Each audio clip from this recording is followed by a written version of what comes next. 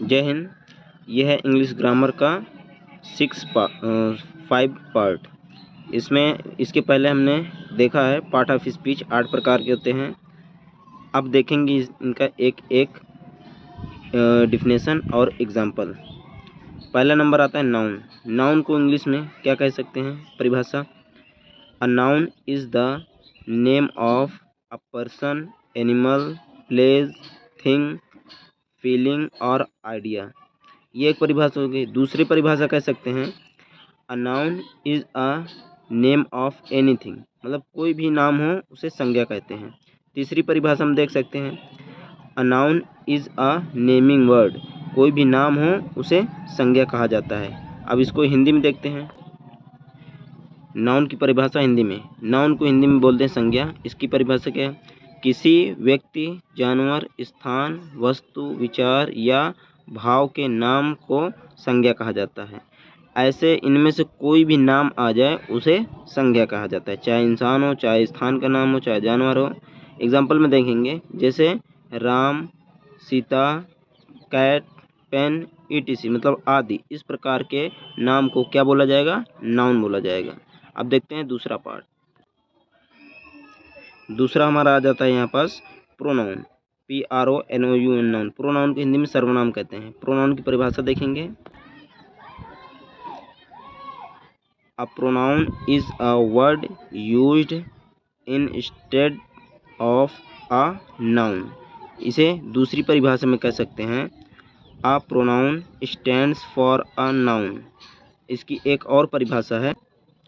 इसकी तीसरी परिभाषा कह सकते हैं अ word that is used in the place of noun is called pronoun. मतलब सर्वनाम किसी संज्ञा के स्थान पर प्रयुक्त होने वाले शब्द को सर्वनाम कहा जाता है या सर्वनाम कहलाता है। ऐसा कोई सर्वनाम जो संज्ञा के स्थान पर प्रयोग किया जाता है उसे सर्वनाम कहा जाता है।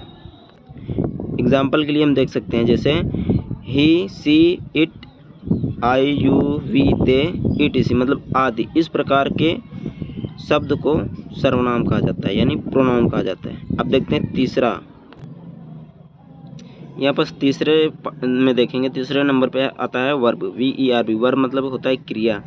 इसकी definition: a verb is a word which denotes an action, position, relation और अ स्टेट ऑफ बीइंग। इसकी दूसरी भी परिभाषा हम दूसरी परिभाषा इस प्रकार कह सकते हैं a verb is a word used to tell और assert something about some person or thing।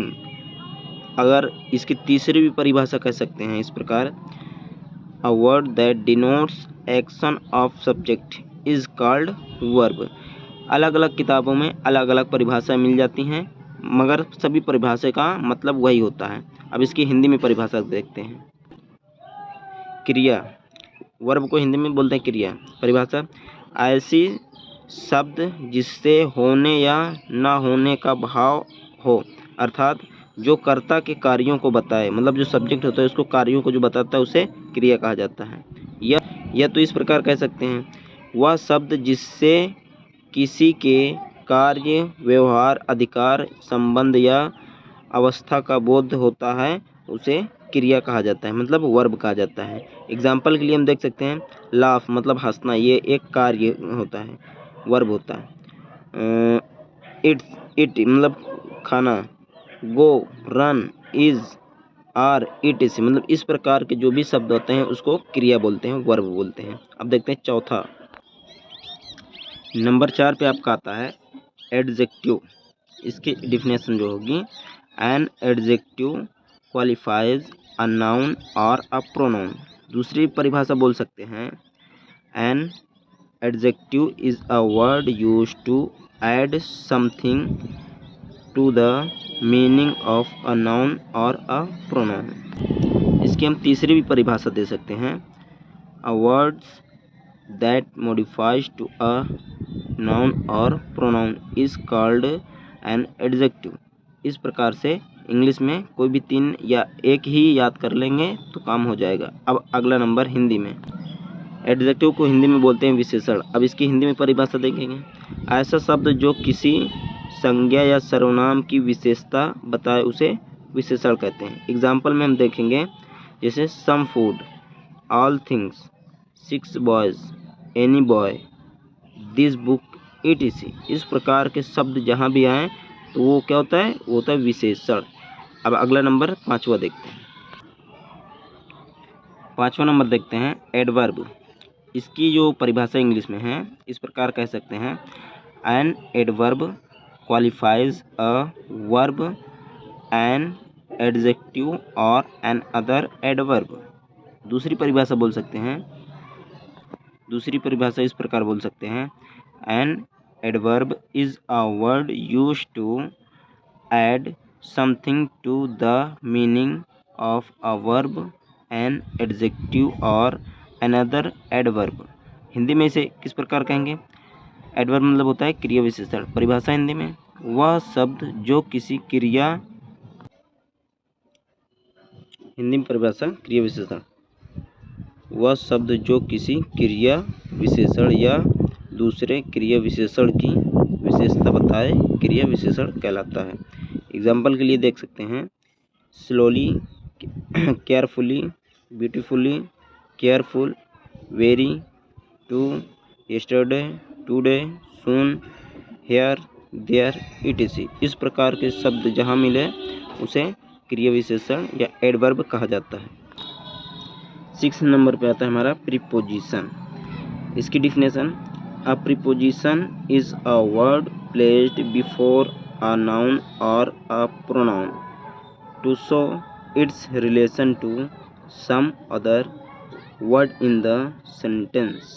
दूसरी परिभाषा से क्या हो सकती है, दूसरी परिभाषा हो सकती है, अ preposition is a word placed before a noun or a pronoun to show in what relation the person or thing denoted by it stands in regard to something else। Preposition की तीसरी परिभाषा होगी, a word that is used before a noun or pronoun to show its relation with an other word is called preposition। इस प्रकार से English में 3 में से कोई भी परिभाषा एक याद कर लेंगे हो जाएगा। अब देखते हैं हिंदी में परिभाषा। प्रीपोजिशन को हिंदी में बोलते हैं संबंध सूचक अवयव।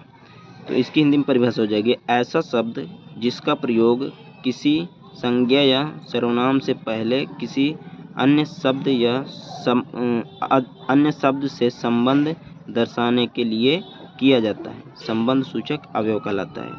मतलब कि किसी नाउन से संबंध दर्शाने को जो प्रयोग होता है उसे प्रीपोजिशन कहते हैं। इसका एग्जाम्पल देख सकते हैं, जैसे in, into, on, at, to, with, without, of, between, under, over, after, before, for, up, since, from, by, about, etc। इस प्रकार से जितने भी वर्ड आते हैं वो सभी प्रीपोजिशन होते हैं, संबंध सूचक अवयव होते हैं। अब देखते हैं अगला नंबर। 7वां नंबर में हमारा आता है कंजक्शन। कंजक्शन मतलब होता है हिंदी में संयोजक। इसकी परिभाषा इंग्लिश में पहले देखेंगे, a conjunction is a word used to join words, phrase, clause और सेंटेंसेस टुगेदर। इसकी एक परिभाषा और देखेंगे, a word that joins to word more than 2 words, phrase, clause और सेंटेंसेस इज कॉल्ड कंजक्शन। इसका मतलब कि संयोजक, कंजक्शन मतलब होता है संयोजक। संयोजक वह शब्द है जो शब्दों, शब्द समूहों, वाक्यांशों, उपवाक्यांशों या वाक्यों को जोड़ता है, उसे संयोजक कहते हैं। अब कंजक्शन का देखेंगे एग्जाम्पल क्या होता है, जैसे एंड मतलब और होता है जो 2 शब्दों को जोड़ता है। एंड हो गया बट और, because, therefore, although, thought, yet, still, us, well us. otherwise, when, if, after, since, before, us, unless, while, as if, there, so, what, still, till, either, etc। इस प्रकार के जितने भी वर्ड आते हैं वो हमारा कंजक्शन होता है, संयोजक होता है। आइए अब 8वां नंबर और आखिरी नंबर देखते हैं। 8वां नंबर आता है हमारा इंटरजेक्शन, जिसको हिंदी में बोलते हैं विस्मय बोधक अवयव। इसकी परिभाषा इंग्लिश में देखते हैं, definition. An interjection is a word which expresses some sudden feeling और इमोशन। इसका मतलब क्या होता है हिंदी में? वह शब्द जिससे आकस्मिक प्रसन्नता, दुख, आश्चर्य या मन का कोई अन्य भाव व्यक्त होता है, उसे विस्मय बोधक अवयव कहते हैं या कहलाता है इंटरजेक्शन। अब इसका एग्जाम्पल समझते हैं। एग्जाम्पल में जैसे आलस, ओ, आ, हुर्रा, हलो, ब्रेवो, उश, etc। इस प्रकार के शब्द जहाँ से जो भी आता है उसको इंटरजेक्शन कहा जाता है या हिंदी में विस्मयादिबोधक अवयव कहा जाता है। तो ये थे आज के पार्ट ऑफ स्पीच के 8 भाग, जो 8 होते हैं उनके सभी परिभाषा और एग्जाम्पल। अब अगले पार्ट में दूसरा चीज़ देखेंगे। जय हिंद।